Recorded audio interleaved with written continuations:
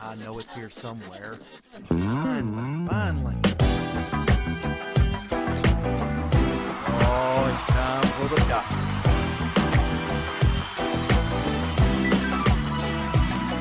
You're listening to Dr. Bill, the computer curmudgeon. Take it away, Doctor.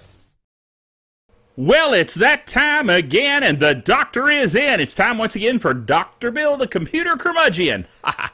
And we've got a show this week for you, which is good because we've gone many weeks until last week without much of a show. Kind of little mini shows.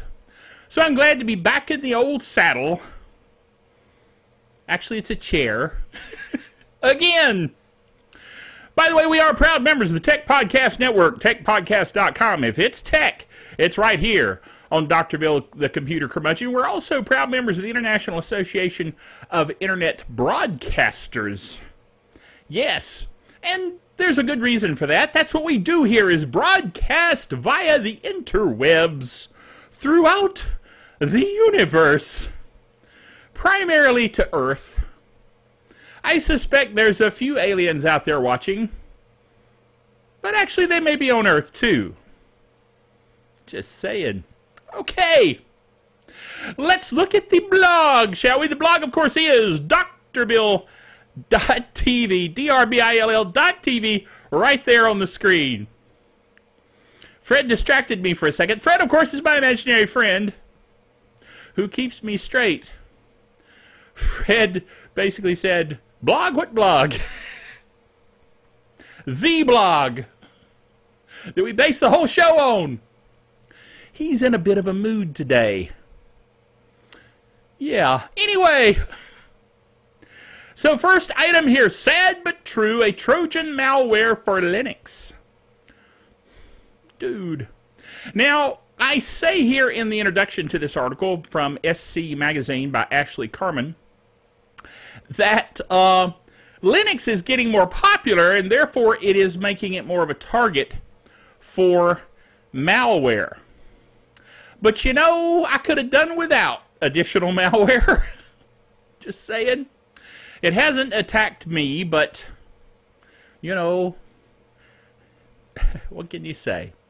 It says here, a newly discovered Trojan is infecting Linux systems and possibly building up an arsenal of devices to be used in a distributed denial of service, or DDoS, attack, according to a blog post from Avast. Avast, you mateys! Now, Avast is an antivirus program, and they have their own people who stay on top of the security world, and so they're reporting it. And the new threat, which is called XOR.DDoS, alters, they're never called Sam or George. Have you ever noticed that? Anyway. Alters its installation depending on the victim's Linux environment and then later runs a rootkit to avoid detection. Sneaky little bugger, isn't it? Yes. Although a similar Trojan has been spotted in Windows systems, Peter Kalnai, malware analyst at Avast, said in a Wednesday interview with SC Magazine that this Trojan ventures into relatively untapped territory by targeting Linux systems. Everybody attacks Windows systems because it's just so easy.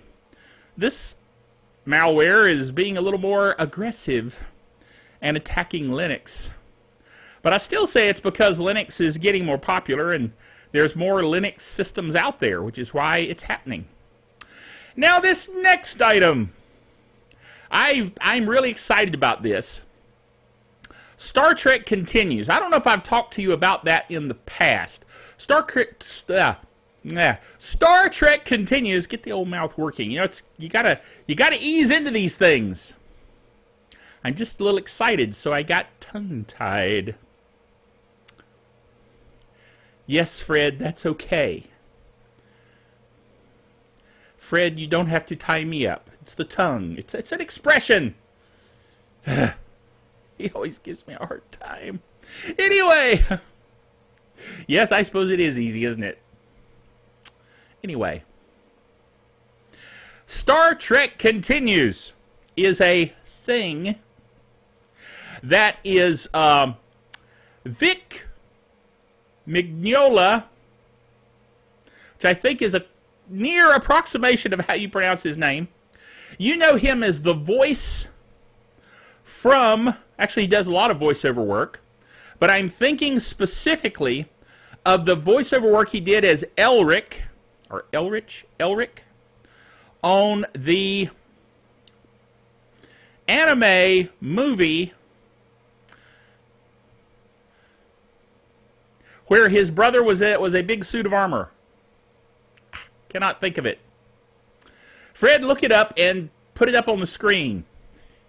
He does, you know, his stuff afterwards sometimes, and he can do research for me. So I'm sure he'll look it up for me. Anyway, so you may know his voice from that. But he makes a really good Kirk. Yes. So, and the whole cast, well, for instance, Sulu is played by the guy from Mythbusters. See, I shouldn't mention these things if I don't look up the names. Okay, Fred, put that up too. Sigh. Anyway, I need to do all the research before I do the show instead of just talking off the top of my head, like my hat. Not that my hat talks, but it's on top of my head. Anyway, go to StarTrekContinues.com. It's the easiest thing to do since I've messed it all up. Grant Imahara, thank you, Fred. Took you a while to look that one up, didn't it? Yes, him from Mythbusters. He's Sulu in this. Dude, it's really, really good. They have 3 episodes, count them, 3 episodes out already. And they're very good.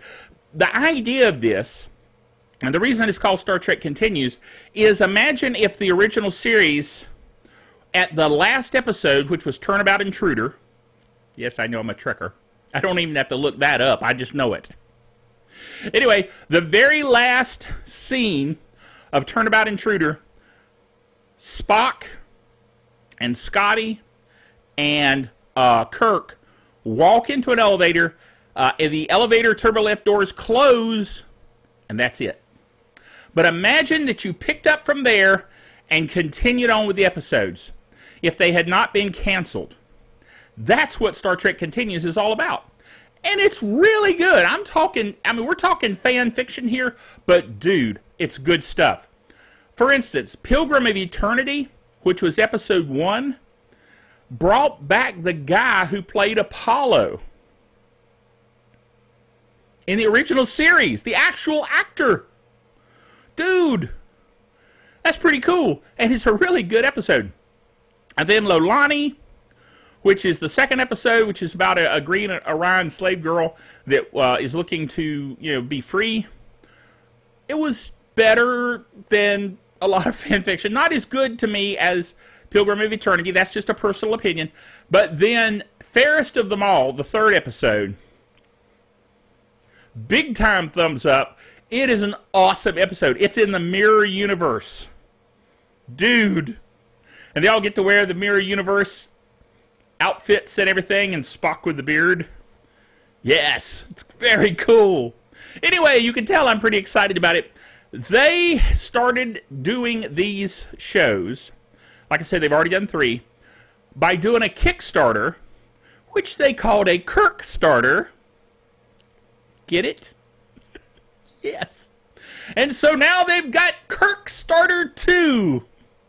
So go to their Kickstarter page for their Kirkstarter 2. It's hard to say. And contribute. They need $100,000 to continue their efforts. Their sets, I'm talking, dude. I mean, they bought a warehouse and they built these permanent Star Trek sets that are flawless. They're perfect. Wow. And if you go to their Vimeo page, which I've got a link to in the blog, you can see a walkthrough of their whole set, and it is awesome. And I mean, it's built so that you can walk from one set to another. Wow. I'd love to just go there and walk through their sets, all right? Dude. Anyway, for us Trekkers, it's awesome. So contribute to the Kirkstarter. Yes. Okay, next item, the Steam client for Linux. Now, you've heard me talk in the past about Steam, which is an online gaming thing, And there, for the longest time, there was not a Steam client for Linux.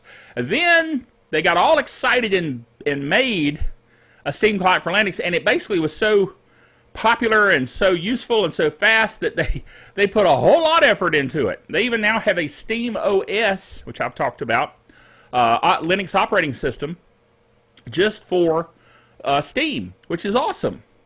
But they've got a problem with their client. Now, it's not Linux per se, it's their client. But this is from /gear by GSotW. It says, no software bug is more egregious than one that can potentially wipe out a user's precious files without warning or indication. I mean, even if you got warning, it's bad. Okay, but without warning particularly. Some Linux users are finding this out the hard way when they discovered that their Steam client was silently deleting files, starting from the very root directory all the way into the deepest folders. Oh, ouch. Okay. So Linux is having a little bit of an issue this week with some of its, you know, software and so forth. Now, the good news is that they are working on fixing it. Okay? Stay tuned. And if you haven't updated your Linux Steam client, do it now. Because it's bad. Okay? Next item, Elon Musk. Now, Elon Musk is the closest thing we've got to a real Tony Stark. That's the comment I make here in the beginning of this article. He wants to build a space-based internet by putting up satellites in the sky, in space. And, you know, Google proposed to do it with balloons floating around, broadcasting down Wi-Fi. Well, he's wanting to do it with satellites. Dude. And Elon Musk, I mean, he's done some pretty amazing things. He is behind Tesla Motors with the electric car, with SpaceX, you know, that NASA is now using to launch stuff up to the International Space Station. And the Hyperloop, that's another big news item that he's actually talking about building a prototype of the Hyperloop, which is a super fast train. I mean, dude, this guy is into a lot of high-tech coolness. So he's talking about launching another project. He wants to build a second internet in space and one day use it to connect people on Mars to the web. This guy is thinking out there. You know what I'm saying? Yeah. Musk is tonight, this is as of this article obviously, hosting a SpaceX event in Seattle where the company is opening a new office. The talk will mostly be about SpaceX's plans for hiring aerospace and software engineers in the Pacific Northwest to boost the company's rocket building efforts. But he'll also talk about his newest idea, which would be to launch a vast network of communication satellites to orbit the Earth. The network would do two things: speed up the general flow of data on the internet and deliver high-speed, low-cost internet services to the 3 billion-plus people who still have poor access to the web. Our focus is on creating a global communication system that would be larger than anything that has been talked about to date, he told Bloomberg Businessweek ahead of the announcement. Dude, that is just too cool. And as usual, I'm all for it because I have long said that I want ubiquitous internet, Wi-Fi everywhere, so that our Wi-Fi radio channels and stations could be heard anywhere you are without having to use one of those little hotspot dealies or your phone as a hotspot.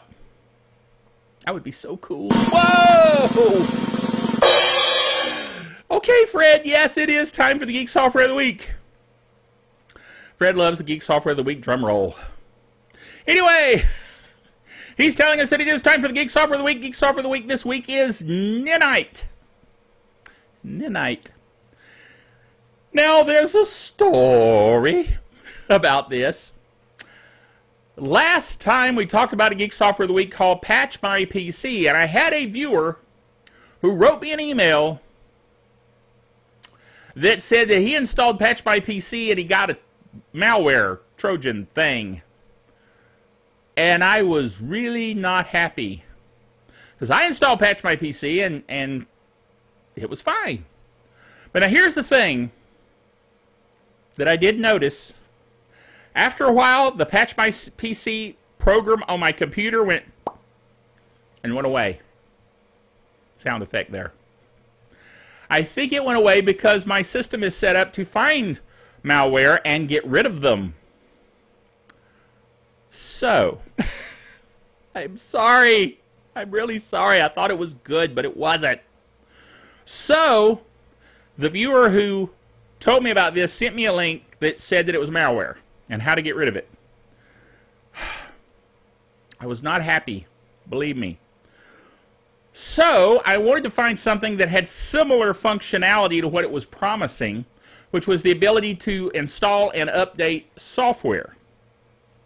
So, Ninite, or Ninite, I'm not sure how to pronounce it exactly, is supposed to be the good guys. All right, they have a paid-for version, they have a free version. They're recommended by PC Week and lots of other magazines. They should be on the up and up, folks, okay? They shouldn't be malware. Now, Patch by PC, I deleted off the blog and out of the Geek Software of the Week. So please, please don't use it. Okay? Sorry.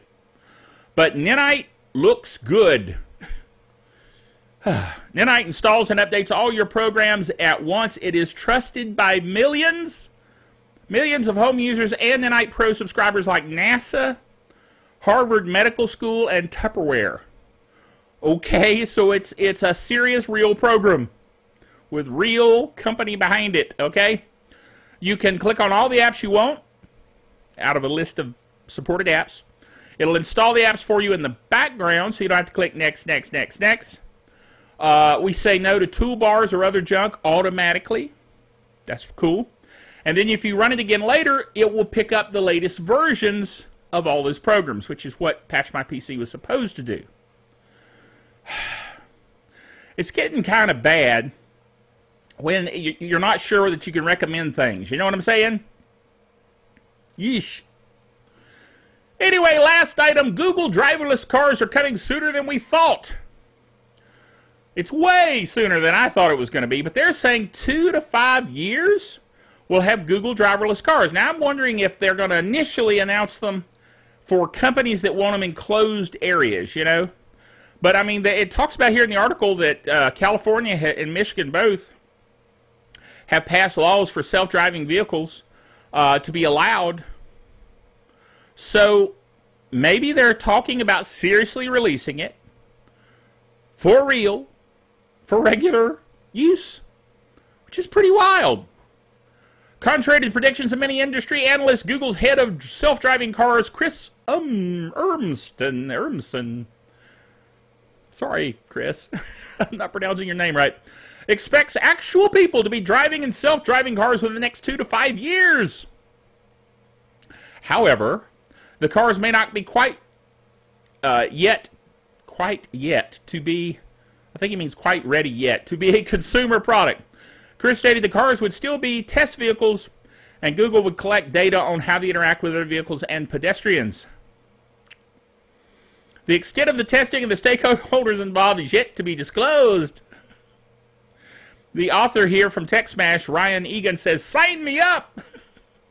I'm cautiously optimistic that it would be cool, but I kind of like driving myself. I kind of designate myself as the designated driver to everywhere we go. Now, my wife can drive, my son can drive, but I tend to drive everywhere because I like to drive. But I can understand that, you know, if you wanted to read a book while you went to work, this would be the best way to do it. Okay? Not recommending you do it now. All right? Just wanting to be clear there. So anyway, Google driverless cars, they may be coming sooner than we thought. I think it would be fun. I'd at least like to try it. You know? Anyway, so that's it for this go-round of our amazingly strange show.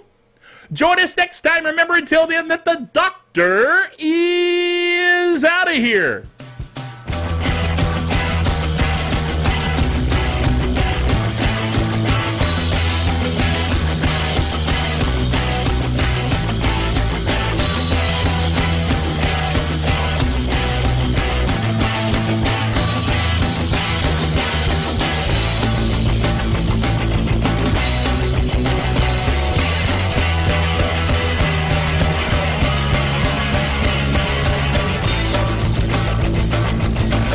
Bill, the Computer Curmudgeon, is a production of DrBillDaily.net with all the honors, rights, and privileges thereunto appertaining.